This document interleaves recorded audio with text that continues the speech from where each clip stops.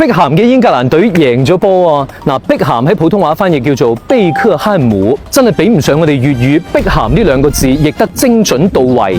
碧咸嘅英文名係 Beckham，Beck 係一個短促音，普通話要用兩個字貝克嚟模仿 Beck 嘅發音狀態，而粵語因為保留咗唐宋古漢語係有短促音嘅，佢直接用呢個字碧就係短促音嘅字碧嚟模仿 Beck， 發音好接近，跟住後邊嗰個音節呢，鹹，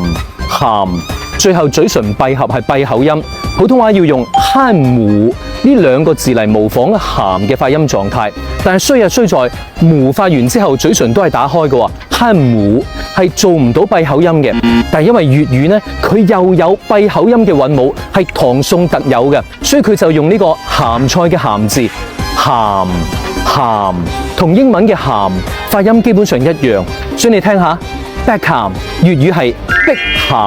好接近普通話貝克漢姆。你仲知道邊啲球星名粵語譯音係好過普通話嘅？